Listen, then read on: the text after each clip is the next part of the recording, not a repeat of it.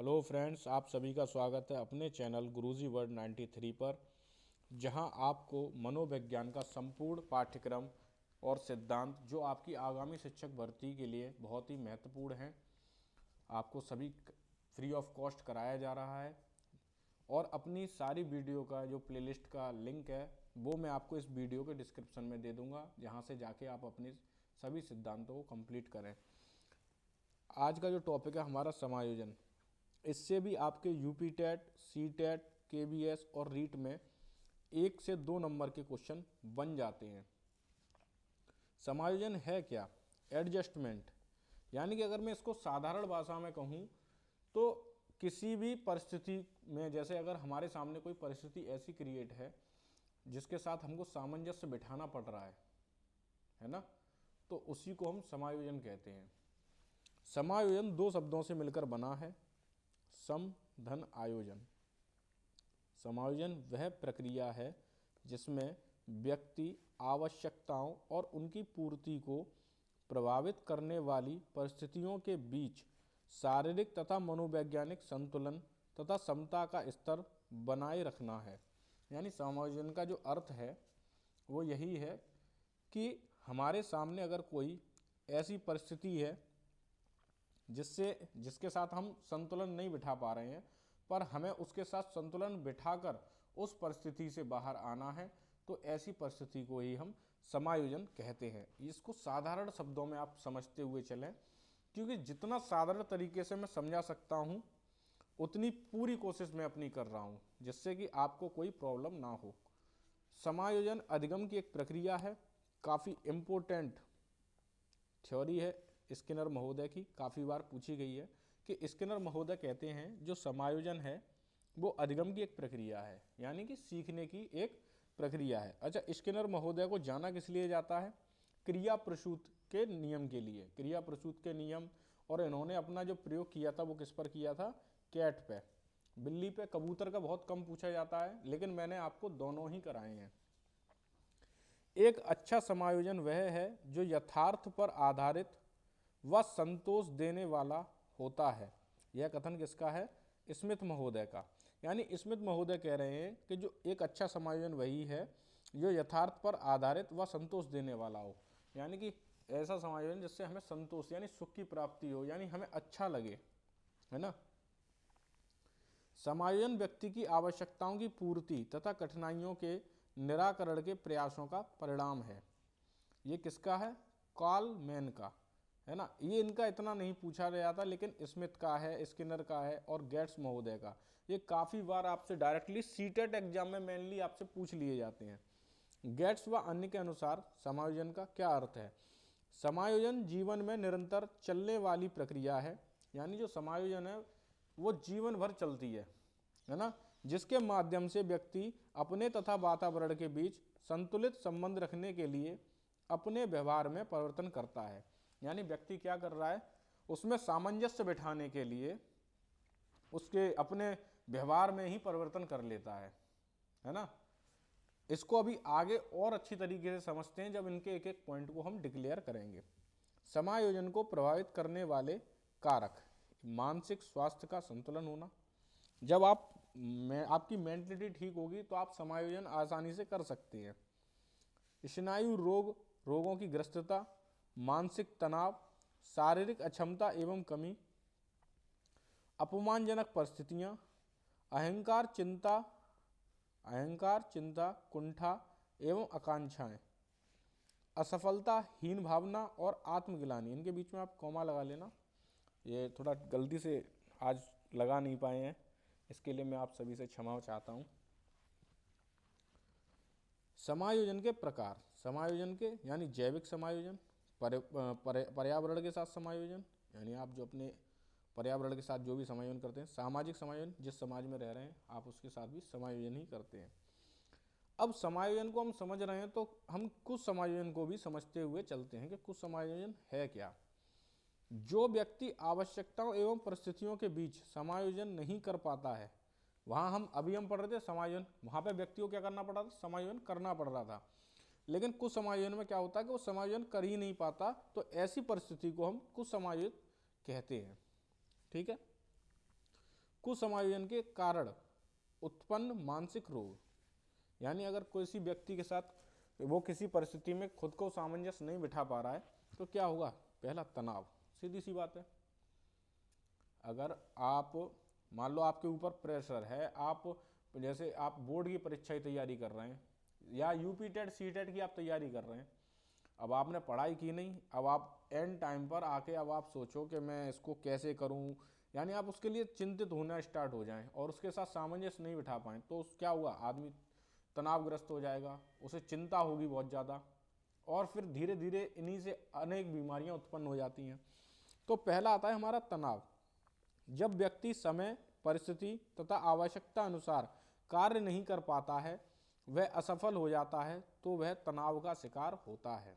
बिल्कुल मैंने आपको ये सारी चीज़ें बिल्कुल साधारण शब्दों में समझाता हुआ चल रहा हूँ, जिससे कि आपको ये बहुत आसानी से याद हो सके।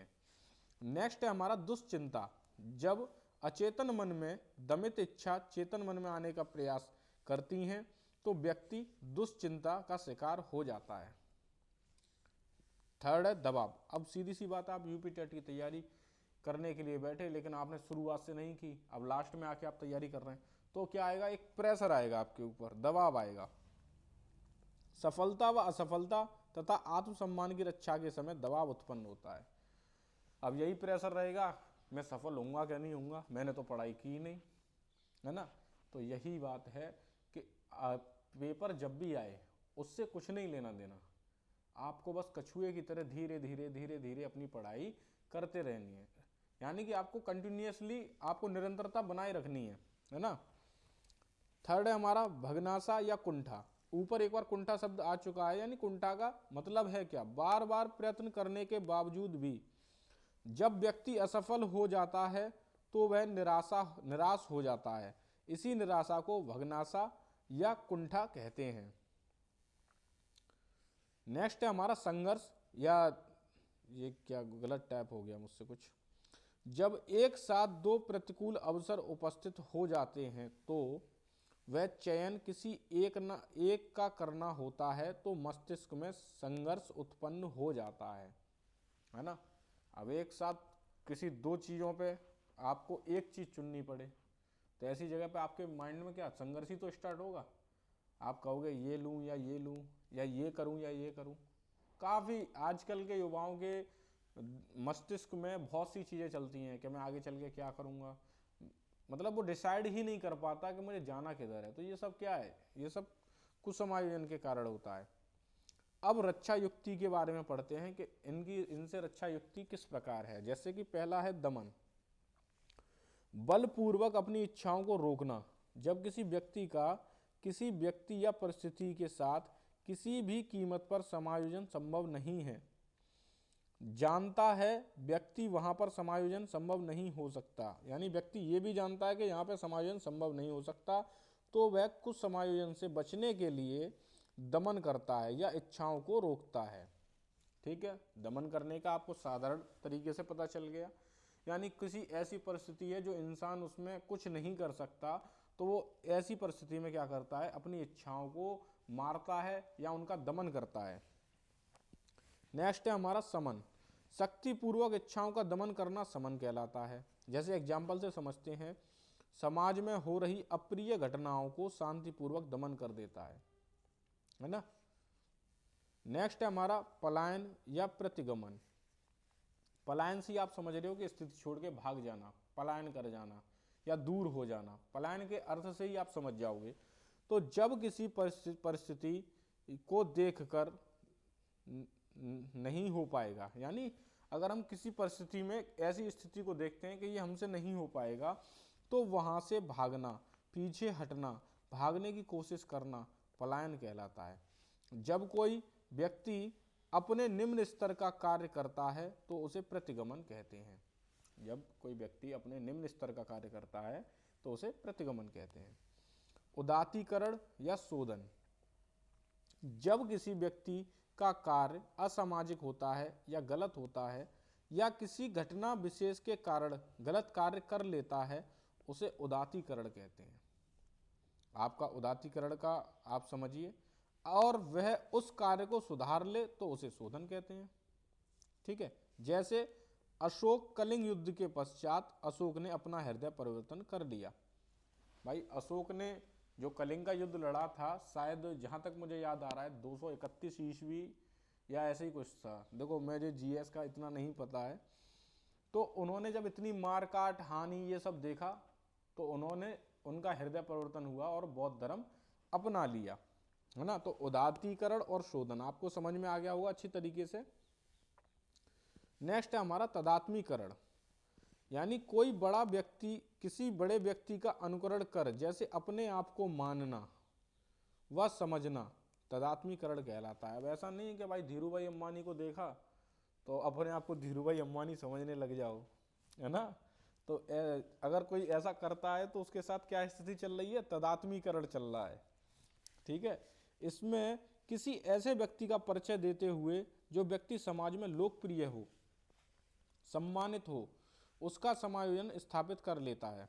जैसे सचिन तेंदुलकर, लता मंगेशकर, विवेकानंद इत्यादि काफी लोग हैं। नेक्स्ट है हमारा विस्थापन सॉरी। जब एक व्यक्ति अपने से किसी उच्च स्तर के व्यक्ति के साथ प्रत्यक्ष समायोजन नहीं कर पाता है ना। जब कोई व्यक्ति किसी उच्च स्तर के व्यक्ति के साथ प्रत्यक्ष समायोजन नहीं कर पाता है तो उसके कारण उत्पन्न हुआ गुस्सा, रोष प्रदर्शन उस व्यक्ति पर न करके अपने किसी कमजोर या निम्न स्तर के व्यक्ति पर करता है तो उसे हम विस्थापन कहते हैं। यानी अपना गुस्सा, अभी मान लो मैं हूँ, मुझसे कोई शरीर में ज़्यादा है, अब उससे मेरा झगड़ा हुआ तो मैं उससे तो कुछ नहीं कह पाया। अब मैं आया भाई, अपने से कोई दुबला पतला देखा और खूब पीटा, तो मैंने क्या किया, वहाँ का गुस्सा यहाँ निकाल दिया। तो ऐसी परिस्थिति को हम क्या कहते हैं, विस्थापन कहते हैं। जैसे ऑफिस में बॉस के सामने कुछ ना कह पाना और उसका गुस्सा घर यानी पत्नी पर, किसी के ऊपर निकाल देना विस्थापन कहलाता है। नेक्स्ट है हमारा प्रक्षेपण, अपनी कमियों दोषों को दूसरे लोगों में देखना प्रक्षेपण कहलाता है। जैसे कि नाच ना आवे आंगन टेढ़ा, भाई मुझे नाचना नहीं आ रहा लेकिन मैं क्या कह रहा हूँ, भाई तुम्हारा तो आंगन ही टेढ़ा है, मैं कैसे नाचूंगा, है ना। तो आदमी अपनी कमियों को नहीं देख रहा, दूसरे की स्थिति को देखकर बस लगा दिया अपना आरोप, है ना। नेक्स्ट है हमारा, जैसे क्रिकेट खिलाड़ी मैच हार जाता है तो वह अपने बल्ले को दोष देता है, अरे यार वो बल्ला थोड़ा सही नहीं था, बल्ला बॉल तो आई थी लेकिन बल्ले में पता नहीं कुछ कमी हो गई, है ना। मुक्तिकरण या औचित्य स्थापन, जब कोई व्यक्ति किसी कार्य को करने में असफल हो जाए और अपनी असफलता के लिए तर्क दे, युक्तिकरण कहते हैं, है ना। जैसे लोमड़ी के हाथ में अंगूर ना आना, उसे खट्टे बताना। आपने एक बचपन में कहानी पढ़ी होगी लोमड़ी वाली कि अंगूर तो खट्टे हैं। तो लोमड़ी ने ऐसा कहा क्यों, उसने काफी प्रयास किया, जब उसके हाथ में अंगूर नहीं आए तो उसने कह दिया भाई खट्टे हैं इसलिए मेरा मन ही नहीं है खाने का, है ना। तो मुक्तिकरण या औचित्य स्थापना इसे कहते हैं। नेक्स्ट है हमारा क्षतिपूर्ति, जब किसी व्यक्ति की इच्छा की पूर्ति प्रत्यक्ष रूप से नहीं होती तो वह अन्य तरीके से अपनी इच्छा की पूर्ति कर लेता है, क्षतिपूर्ति कहलाता है। जैसे महिला छोटी है, वह सैंडल पहनकर अपनी क्षतिपूर्ति करती है। अब क्या है, महिला छोटी है, हाइट नहीं है, अब जिससे ब्याह हुआ है उनका, उसकी हाइट 6 फुट है, अब लड़की 4 या 4.5 फुट की है, तो उसने क्या किया कि अपनी क्षति को पूरा करने के लिए भाई ऊंचे ऊंचे सैंडल ले लिए, हो गई अपने पति के बराबर या उससे थोड़ा कम। तो उन्होंने क्या किया, अपना समायोजन या अपना सामंजस्य उन्होंने बिठाया। नेक्स्ट है हमारा पृथक्करण, यदि कोई स्थिति तनाव पैदा करती है तो उस स्थिति से अपने आप को अलग कर लेना, वहां से चले जाना ही पृथक्करण कहलाता है। जैसे घर में लड़ाई होने पर वहां से चले जाना, यानी कि कोई आपके सामने ऐसी परिस्थिति प्रकट हो रही है जिसका आप सामना नहीं कर पा रहे हैं तो आप उससे दूर होना उचित समझ रहे हैं, उसी को हम पृथक्करण कहते हैं। ठीक है, आप सभी को कैसा लगा आज का सेशन, और मैं आशा करता हूं आप सभी लोग वीडियो के प्लेलिस्ट में जाके मैं जो मनोविज्ञान के सिद्धांत का आपको लिंक दूंगा, पीडीएफ, उसका मतलब सॉरी पीडीएफ नहीं, पूरा वीडियो का लिंक दूंगा, जहाँ से जाके आप अपनी सारी प्लेलिस्ट को सर्च कर सकते हैं और अपने चैनल गुरुजी वर्ल्ड 93 को सब्सक्राइब करें। ठीक है, और आगामी शिक्षक भर्ती में अपनी एक सीट नियुक्त करें। धन्यवाद।